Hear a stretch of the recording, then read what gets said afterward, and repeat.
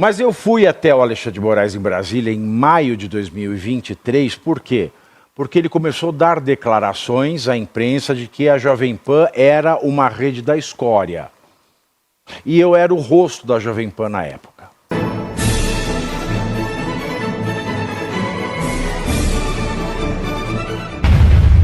Mas eu fui até o Alexandre de Moraes em Brasília em maio de 2023, por quê?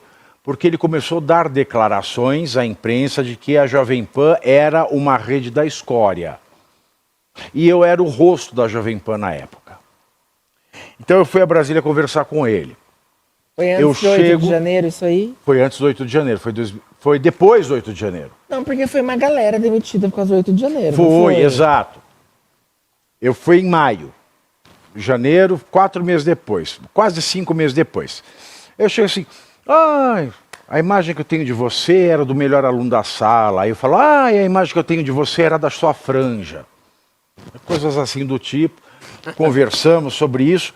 E eu lembro que no momento em que eu saí da sala dele no TSE, sabe o que ele me disse? Ele me disse o seguinte, não fui eu quem mandou desmonetizar a Jovem Pan no YouTube. Aliás, eu tenho até raiva, porque queria ter sido eu. Foi essa a frase que ele disse a hora que eu saí da sala dele, em maio de 2023. Então a gente viveu um espetáculo de banimento de conta, de desmonetização, que ele não assume. Mas que quando o Elon Musk comprou o Twitter, transformou em X e fez o X Papers e publicizou o fato de que papéis timbrados pelo gabinete do Moraes mandavam sem respaldo da Constituição a desmonetização, o banimento de pessoas de direita da internet do ar. Todas essas decisões, elas vinham fundamentadas pelo direito, pelo suposto direito brasileiro, que era o artigo 4 da resolução do TSE de 20 de outubro de 2022, quando a lei eleitoral só permite que o TSE faça a resolução até 5 de março. Então, quando a gente vê essa denúncia do Google e do YouTube nos Estados Unidos, dizendo que o governo Biden fez com que Google e YouTube derrubassem perfis conservadores e de direita, eu fico com esta pulga atrás da orelha. O governo Biden não financiou o Alexandre de Moraes e o TSE na eleição de 2022? Por quê? Vale lembrar que o governo Biden, ele financiava a tal da USAID. A USAID era financiada pela Fundação Open Society, do George Soros. E a Fundação Open Society do George Soros colocou uma grana violenta no Instituto do Felipe Neto. E o Instituto do Felipe Neto foi contratado pelo TSE para fazer o chatbot da eleição de 2022. Não tem petista grátis, né? Não tem. Não tem. Tem mais. Em carta enviada ao Comitê Judiciário da Câmara Norte-Americana, Google, YouTube, né, essa holding afirmou que a Casa Branca, inclusive o próprio Biden, insistiu na remoção de vídeos durante a pandemia, mesmo quando estes estavam em conformidade com as regras das plataformas. O advogado da Alphabet, que é dono do Google e do YouTube, disse que, aspas, é inaceitável e errado quando qualquer governo tenta ditar como a empresa deve moderar conteúdo. Fecho aspas. A empresa reconheceu ainda que as decisões de moderação foram tomadas de forma independente, mas apontou que a pressão governamental criou um clima político de intimidação. E os canais foram suspensos e poderão retornar a partir deste momento em que Google e YouTube fazem esse mea-culpa. De fato, eu me deixei intimidar, coisa que Elon Musk não fez no Brasil. Tá, mas olha só, eles são grandes centrões, porque eles assim, dançam conforme a música. Agora com o Trump, e eles se alinham com o Trump, você vê uma expectativa de melhora, no sentido, se isso acontecesse hoje, eles estão do outro lado agora? Tem uma lei nos Estados Unidos que diz o seguinte: a empresa americana que opera em outros países e não respeita as leis do outro país na qual ela opera, podem perder a sua licença de funcionar nos Estados Unidos. O Elon Musk, quando comprou o X, e quem são os concorrentes do X? Google e Meta. Google, YouTube, Meta, que é WhatsApp, Facebook e Instagram. Quando o Elon Musk compra o X e ele faz essa denúncia, olha, eu comprei essa empresa e eu não vou aceitar infringir a lei a pedido do judiciário brasileiro. O que ele faz? Ele põe com o dedo mindinho, o dedo na bundinha do Google, YouTube e do Meta, WhatsApp, Facebook e Instagram. Olha, eles estão aceitando as imposições ilegais do judiciário brasileiro. E de maneira que o Musk se coloca numa posição de ter a possibilidade de se tornar o monopolista do mercado do Big Data. E aí você vê essa corrida do Mark Zuckerberg, né, falando que foi pressionado pelo governo Biden, e agora, muito tardiamente, do Google e YouTube se dizer pressionado pelo Biden. Mas isso é bom. É bom, eu acho bom.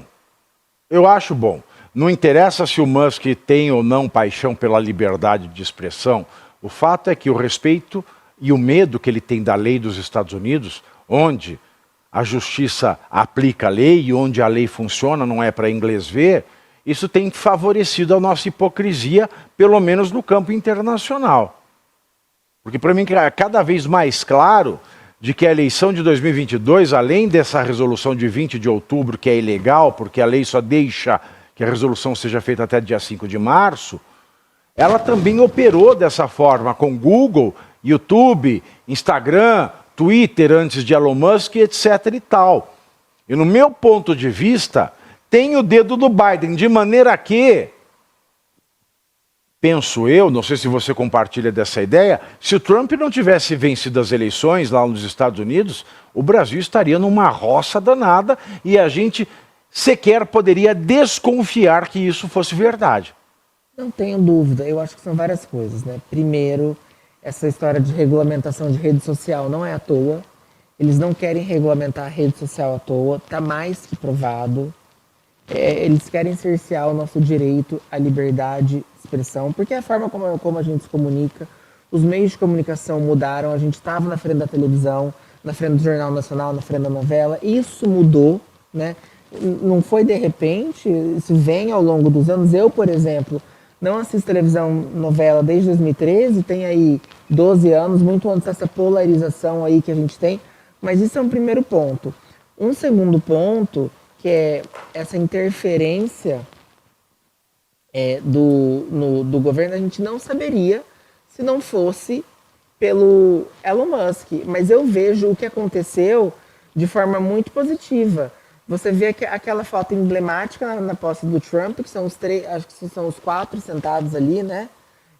Aquela que rodou o mundo, aquela foto, né? Que brincava, o PIB do mundo tá aí. Seu microfone tá debaixo da barba, tá me dando uma aflição. Menino. Aqui. Isso. Ai, melhor. Melhor? Nossa, agora tá até muito... melhorou o som, né? Ai, tá muito melhor.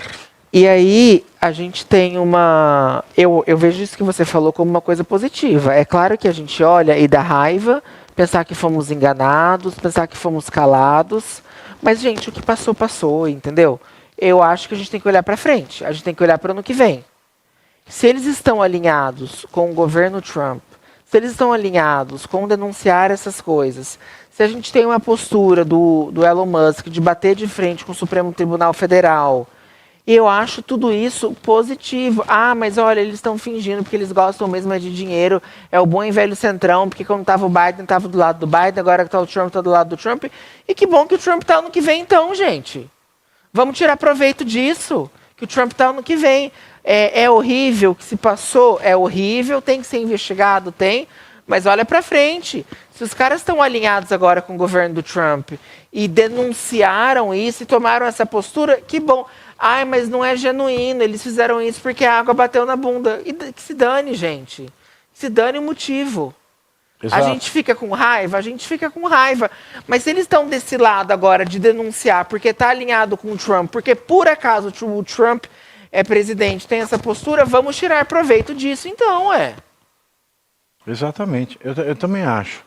Eu também acho. Mas cada dia que passa, o STF ele põe, né, as garras mais de fora. Eu sempre costumo dizer aqui, eu já disse aqui várias vezes e gosto de repetir, o que o STF está fazendo com o Brasil é a repetição tupiniquim, mal acabada, do fascismo acadêmico de Antônio de Oliveira Salazar em Portugal. Montaram aqui um conselho fascista acadêmico sem cátedra. E fascista é a direita, hein? Fascista, é. Mas é assim, a questão... O Zé Serra, quando ele concorreu com o Lula em 2000... E você aí já está preparado para ter todos os argumentos para dizer que Marx não foi um cara legal, para dizer que o comunismo não é um lugar para diversidade, para desmontar essa grande fake news histórica da esquerda, que é repetida por nossos professores de história, de geografia, de sociologia, que é repetida nas universidades, que é repetida nos livros. Está preparado para dizer por que Marx não era um cara legal e por que todo marxista raiz também não é, e porque o comunismo é terrível. Você já leu Nos Anais de Marx? Pois é, aqui nesse livro você vai encontrar tudo o que você precisa saber para responder aquele sabichão que diz que Marx é um cara legal, pois não é. Leia agora Nos Anais de Marx, a trolha do comunismo transviado para encaçapar idiotes. À venda em todas as livrarias do Brasil, pelo site ou nas lojas físicas. Não deixe de ler.